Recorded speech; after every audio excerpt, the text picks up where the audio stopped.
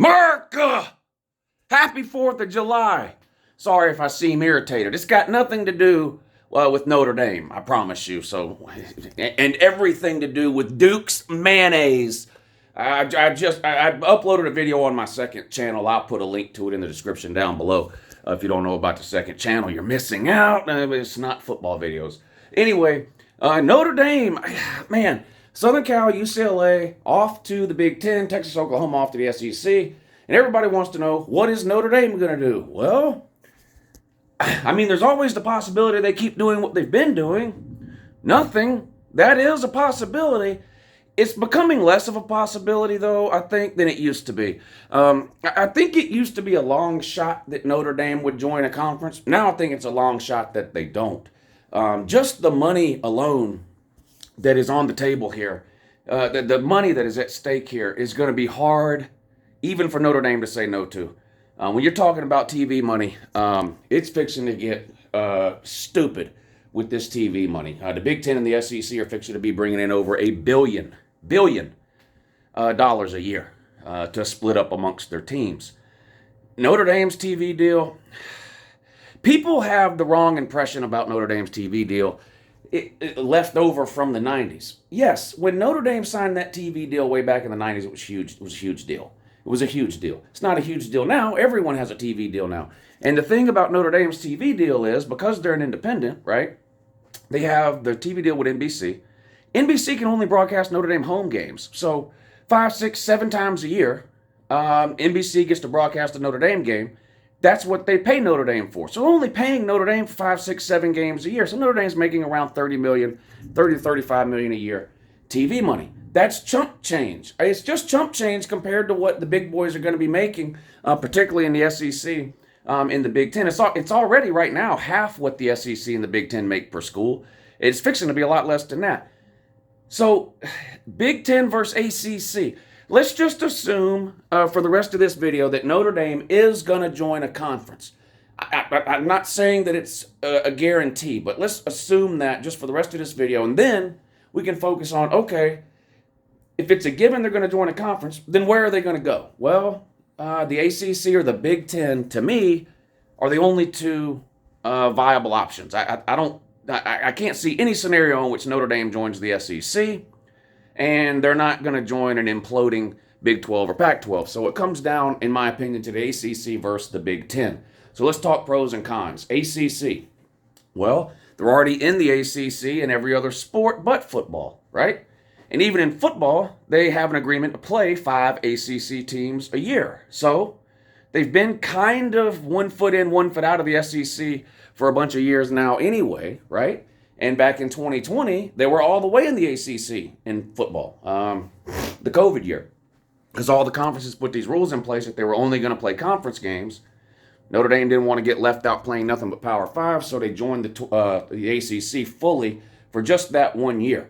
And that's where the ACC screwed up. They should have used that opportunity to push Notre Dame into the ACC permanently and full time. They didn't do it. They bent over and let Notre Dame run it up their backside, which is what the ACC's been doing with Notre Dame forever anyway. So Notre Dame completely owns the ACC's mind. It's pretty sad.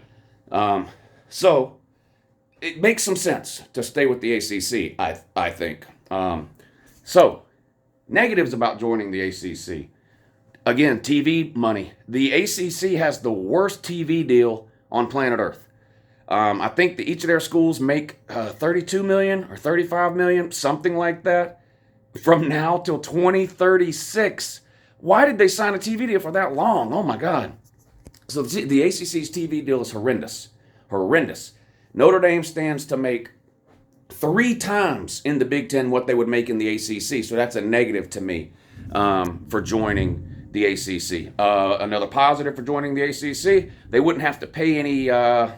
They wouldn't have to pay off any contracts that they're under if they join the ACC. They're already in the ACC basically. So if they join someone besides the ACC, they have buyouts and grants of rights fees that they have to pay off to the ACC and the TV networks and things like that. Never mind whatever they would have to do to get out of their NBC TV deal, right? To join whatever TV deal the conference that they go to has.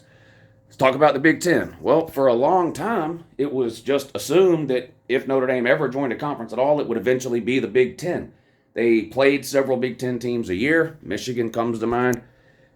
Geographically, they're right in the middle of the Big Ten. They're in Indiana, South Bend, Indiana. So they're right there. Indiana, Illinois, right there in the middle of the Big Ten. Ohio, Michigan, Minnesota, Nebraska, Iowa, all right there. All right there. Geographically, it makes sense. Historically, it makes sense. Like I said, I've been playing a bunch of those teams. And now, with Southern Cal being in the Big Ten, effective 2023, that's another historical rivalry for Notre Dame that they could then play every year as part of their conference schedule, right? It makes sense. I think they're going to go to the Big Ten. That's what I think is going to happen. The ACC is on a very slippery slope right now because I think they're going to be the next conference that loses teams unless they make some huge big boy moves. They've got to figure out a way to redo the TV deal, and they have to expand. If they don't, the same thing is going to happen to the ACC that happened to the Big 12 last summer and just happened to the Pac-12 last week.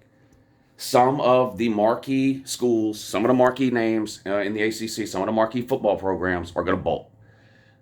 Florida State, Miami, Clemson, North Carolina, maybe one or both of the Virginia teams, whatever teams you want, doesn't even really matter. The team's point is they're going to lose some to probably the SEC, or maybe even the Big Ten, or maybe even the Big Ten if you start looking at especially some of the Northeastern schools, Pitt, Boston College. Whatever else is up there. So, Syracuse, who knows? So, the ACC is going to have to do something. I think Notre Dame is like the one like big prize that's been sitting out there for any conference to go get. And there'll be people in the comment section, Notre Dame sucks. I don't want Notre Dame. Notre Dame's one of, if not the biggest brands in the history of college football and college athletics. There ain't a conference on earth that would say no to Notre Dame. So you can just stop typing that right now. It's just they would be welcomed with open arms in whatever conference they chose to go to. So stop with that right now. But the ACC, in my opinion, just fumbled the ball with Notre Dame. They kowtowed to Notre Dame for too long. Like I said, they bent over, let Notre Dame run it up the backside for too long, without really making any serious demands or requests of Notre Dame to try to get them into the ACC. And I think that's going to come back to bite them. I think Notre Dame's just going to leave them behind. I think Notre Dame's going to say, thanks, I had fun whipping 5 of y'all a year for a few years, but we're out. We're going to the Big Ten. That's what I think is going to happen.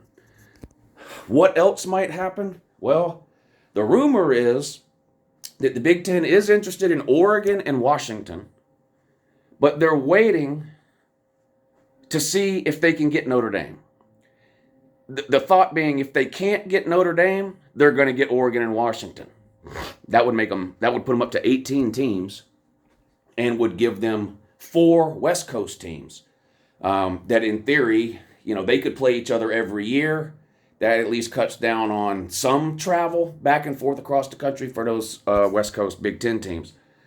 If Notre Dame were to join the Big Ten, then the rumor is that the Big Ten would take just Oregon and not Washington. Again, these are just rumors and speculation.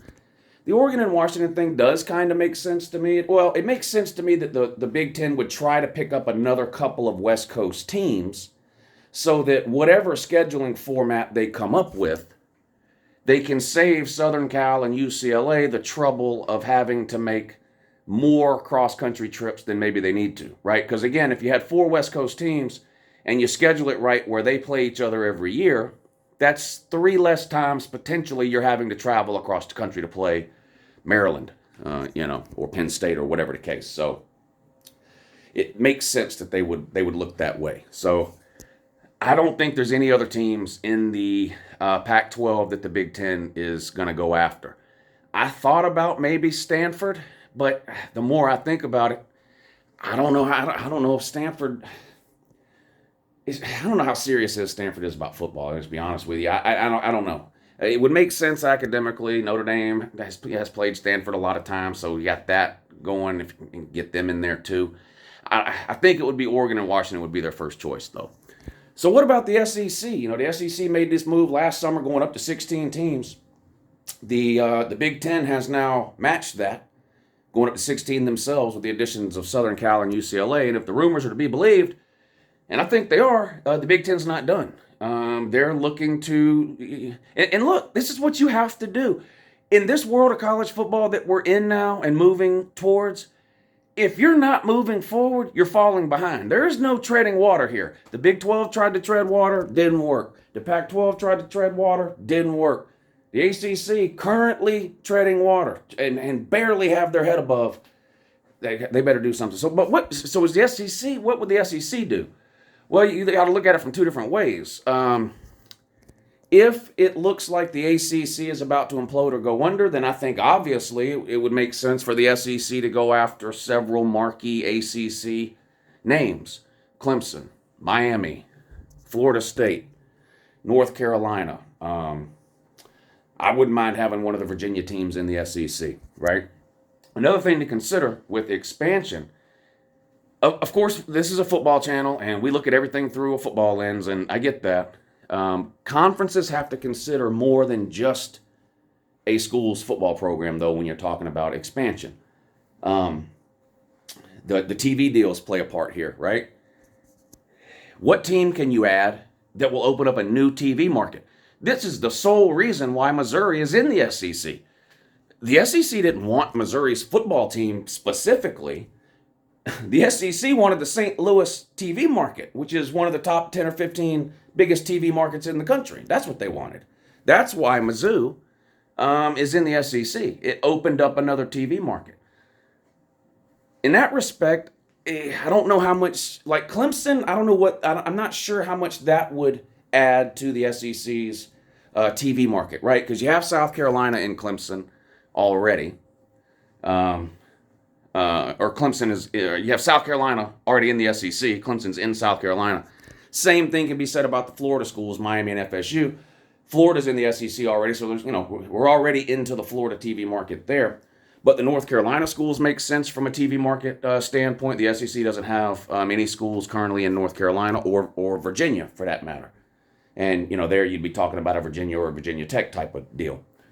So I think that's one scenario. If it looks like the ACC is teetering, or the SEC feels like they can poach some of those big names from the ACC, I wouldn't be surprised to see the SEC go that way. Now, there's a second option. And a lot of people don't like this option. A lot of people think the SEC should stay in the Southeast. I understand that thinking, and football's always kind of been like a point of regional pride, We play better football here than you play there type of thing, right? It just means more here, whatever. I get all that. But with the way football is changing and expanding now, I don't know if the SEC can really hold on to that kind of regional mindset anymore. So could the SEC expand further west? I don't think the SEC is going to go get any northern teams. I just don't think that's going to happen. But could they expand west, further from west, even from Texas? Because, of course, we've got Texas A&M in already, Texas on the way, Oklahoma on the way. But what about further west? What about Utah? What about Utah? What about the Arizona schools? What about Oregon? Would the SEC even consider adding Oregon? Maybe. But you can definitely find, even if a lot of people are going to say no on the Oregon deal at Northwest. Even if you want to say forget Oregon, Utah, 2 Arizona schools. You can find another one in the Southwest somewhere to add if you wanted to get to 20 that way, if you're not unable to get any of the premier names from the ACC. So I think those are 2 options. So I really feel like Notre Dame is the next piece, though. In other words, Notre Dame is going to either have to join a conference or refuse an invitation to where everyone goes, oh, wow, they're still not going to join. Then I think the other pieces will start to fall. Once people know or think they know what Notre Dame's going to do or not do, then I think they will start making secondary moves beyond that, whether you're talking about the Big Ten, potentially adding more Pac-12 teams, or whether you're talking about the SEC, maybe adding ACC or some Western teams. See what Notre Dame does. And if they don't get some Duke's mayonnaise in these stores quick, it's going to be a problem.